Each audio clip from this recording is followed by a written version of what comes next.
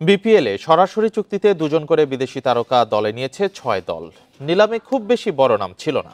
সেখানে শ্রীলঙ্কার দাসুন সানাকাকে $৫৫,০০০ নিয়েছে ঢাকা ক্যাপিটালস।